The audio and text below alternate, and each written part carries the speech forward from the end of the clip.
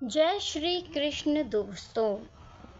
आज हम आपके लिए श्रावण मास के शुक्ल पक्ष की तीज को मनाए जाने वाले पर्व तीजों के त्योहार का वर्णन करने जा रहे हैं। यह त्योहार श्रावण मास के शुक्ल पक्ष की तृतीया को उत्तरी भारत के सब नगरों में विशेष रूप से मनाया जाता है। घर में झूले पड़ते हैं। नारियों के समूह गा गा कर झूला झूलती हैं। सावन में सुंदर से सुंदर पकवान गुंजिया, घेवर, फैनी आदि बेटियों को सिंधारा भेजा जाता है। बायना छूकर सासू को भेजा या दिया जाता है। इस तीज पर मेहंदी लगाने का विशेष महत्व है। स्त्रियां हाथों पर मेहंदी से भिन्न भिन्न प्रकार के बेल बूटे बनाती हैं। तीजों पर मेहंदी रचाने की कलात्मक विधियां परंपरा से स्त्री समाज में चली आ रही हैं।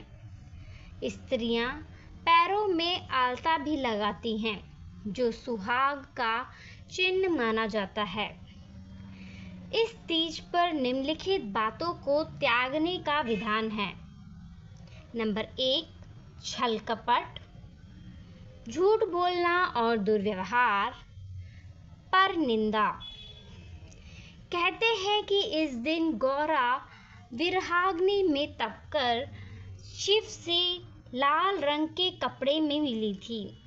इस दिन राजस्थान में लाल रंग के कपड़े पहनते हैं। माता पार्वती की सवारी निकाली जाती है। राजा सूरजमल के शासनकाल में इस दिन कुछ पठान कुछ स्त्रियों का अपहरण करके ले गए थे, जिन्हें राजा सूरजमल ने छुड़वाकर अपना बलिदान दिया था। उसी दिन से यहाँ मल्ल युद्ध का रिवाज शुरू हो गया। हरतालिका तीज व्रत कथा। भाद्रपद शुक्ल तृतीया को मनाए जाने वाले हरतालिका तीज व्रत की कथा इस प्रकार है।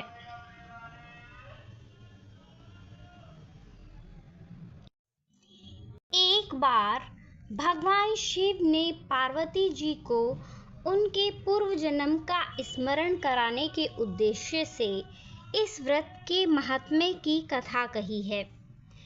श्री भोले शंकर बोले, हे गौरी, पर्वतराज हिमालय पर स्थित गंगा के तट पर तुमने अपनी बाल्य अवस्था में 12 वर्षों तक अधोमुखी होकर घोर तप किया था। इतनी अवधि तुमने अन्न न खाकर पेड़ों के सूखे पत्ते चबाकर व्यतीत किए। माघ की विकराल शीतलता में तुमने निरंतर जल में प्रवेश करके तप किया। वैशाख की जला देने वाली गर्मी में तुमने पंचाग्नि से शरीर को तपाया। श्रावण की मूसलाधार वर्षा में खुले आसमान के नीचे बिना अन्न जल ग्रहण किए समय व्यतीत किया। तुम्हारे पिता तुम्हारी कष्ट साध्य तपस्या को देखकर बड़े दुखी होते थे। उन्हें बड़ा कलेश होता था। एक दिन तुम्हारी तपस्या तथा पिता के कलेश को देखकर नारद जी तुम्हारे घर पधारे। तुम्हारे पिता ने हृदय से अतिथि सत्कार करके उनके आने का कारण पूछा। नारद जी ने कहा, गिरिराज, मैं भगवान विष्णु के भेजने पर यहाँ उपस्थित हुआ हूँ। आपकी कन्या ने बड़ा कठोर तप किया है। इससे प्रसन्न होकर वे अपनी सुपुत्री से विवाह करना चाहते हैं। इस संदर्भ में आपकी राय जानना चाहता हूँ। नारद जी की बात सुनकर गिरिराज गदगद हो उठे। उनके तो जैसे सारे कलेश ही दूर हो गए। प्रसन्नचित्त होकर वे बोले, श्रीमान, यदि स्वयं विष्णु मेरी कन्या का वरण करना चाहते हैं तो भला मुझे क्या आपत्ति हो सकती है। वे तो साक्षात ब्रह्म हैं। हे महर्षि, यह तो हर पिता की इच्छा होती है कि उसकी पुत्री सुख संपदा से युक्त पति के घर की लक्ष्मी बने। पिता की सार्थकता इसी में है कि पति के घर जाकर उसकी पुत्री पिता के घर से अधिक सुखी रहे। तुम्हारे पिता की स्वीकृति पाकर नारद जी विष्णु जी के पास गए और उनसे तुम्हारे ब्याह के निश्चित होने का समाचार सुनाया।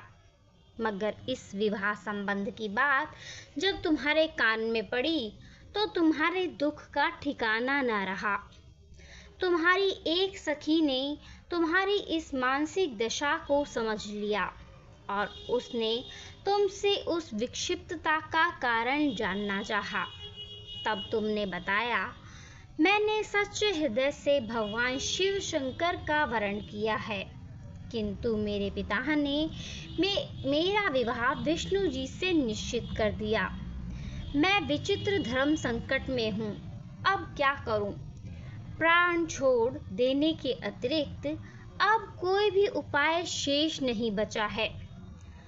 तुम्हारी सखी बड़ी ही समझदार और सूझबूझ वाली थी। उसने कहा, हे सखी, प्राण त्यागने का इसमें कारण ही क्या है? संकट के मौके पर धैर्य से काम लेना चाहिए।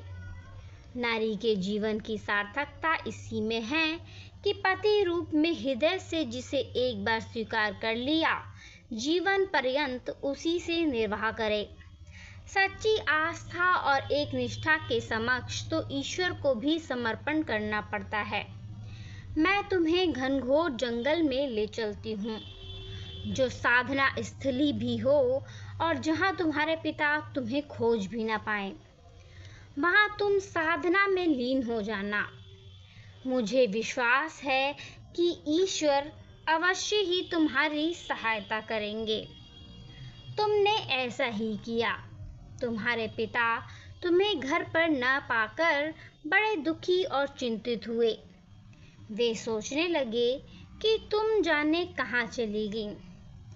मैं विष्णु जी से उसका विवाह कराने का प्रण कर चुका हूँ। यदि भगवान विष्णु बारात लेकर आ गए और कन्या घर पर न हुई तो बड़ा अपमान होगा। मैं तो कहीं मुंह दिखाने के योग्य भी नहीं रहूँगा। यही सब सोचकर गिरिराज ने जोर शोर से तुम्हारी खोज शुरू करवा दी। इधर तुम्हारी खोज होती रही और उधर तुम अपनी पत्नी सखी के साथ नदी के तट पर एक गुफा में मेरी आराधना में लीन थी। श्रावण शुक्ल तृतीया को हस्त नक्षत्र था। उस दिन तुमने रेत के शिवलिंग का निर्माण करके व्रत किया। रात भर मेरी स्तुति के गीत गाकर जागी। तुम्हारी इस कष्ट साध्य तपस्या के प्रभाव से मेरा आसन डोलने लगा। मेरी समाधि टूट गई। मैं तुम्हारे समक्ष जा पहुंचा और तुम्हारी तपस्या से प्रसन्न होकर तुमसे वर मांगने के लिए कहा। तब अपनी तपस्या के फलस्वरूप मुझे अपने समक्ष पाकर तुमने कहा, मैं हृदय से आपको पति के रूप में वरण कर चुकी हूँ। यदि सचमुच मेरी तपस्या से प्रसन्न होकर आप यहाँ पधारे हैं तो मुझे अपनी अर्धांगिनी के रूप में स्वीकार कर लीजिए। तब मैं तथास्तु कहकर कैलाश पर्वत पर लौट आया। प्रातः होते ही तुमने पूजा की समस्त सामग्री को नदी में प्रवाहित करके अपनी सहेली सहित व्रत का पालना किया। उसी समय अपने मित्र बंधु व दरबारियों सहित गिरिराज तुम्हें खोजते खोजते वहां आ पहुंचे और तुम्हारी इस कष्ट साध्य तपस्या का कारण तथा उद्देश्य पूछा। उस समय तुम्हारी दशा को देखकर गिरिराज अत्यंत दुखी हुए और पीड़ा के कारण उनकी आंखों में आंसू उमड़ आए थे। तुमने उनके आंसू पोंछते हुए विनम्र स्वर में कहा, पिताजी, मैंने अपने जीवन का अधिकांश समय कठोर तपस्या में बिताया है। मेरी इस तपस्या का उद्देश्य केवल यही था कि मैं महादेव को पति के रूप में पाना चाहती थी। आज मैं अपनी तपस्या की कसौटी पर खरी उतर चुकी हूँ। आप क्योंकि विष्णु जी से मेरा विवाह कराने का निर्णय ले चुके थे, इसीलिए मैं अपने आराध्य की खोज में घर छोड़कर चली आई। अब मैं आपके साथ इसी शर्त पर जाऊंगी कि आप मेरा विवाह विष्णु जी से न करके महादेव जी से करेंगे। गिरिराज जी मान गए और तुम्हें घर ले गए। कुछ समय के पश्चात शास्त्रोक्त विधि विधान पूर्वक उन्होंने हम दोनों को विवाह के सूत्र में बांध दिया। हे पार्वती, श्रावण माह की शुक्ल तृतीया को तुमने मेरी आराधना करके जो व्रत किया था, उसी के फलस्वरूप मेरा तुमसे विवाह हो सका। इसका महत्व यह है कि मैं इस व्रत को करने वाली कुंवारियों को मनवांछित फल देता हूँ। इसलिए सौभाग्य की इच्छा करने वाली प्रत्येक युवती को यह व्रत पूरी एक निष्ठा तथा आस्था से करना चाहिए। धन्यवाद।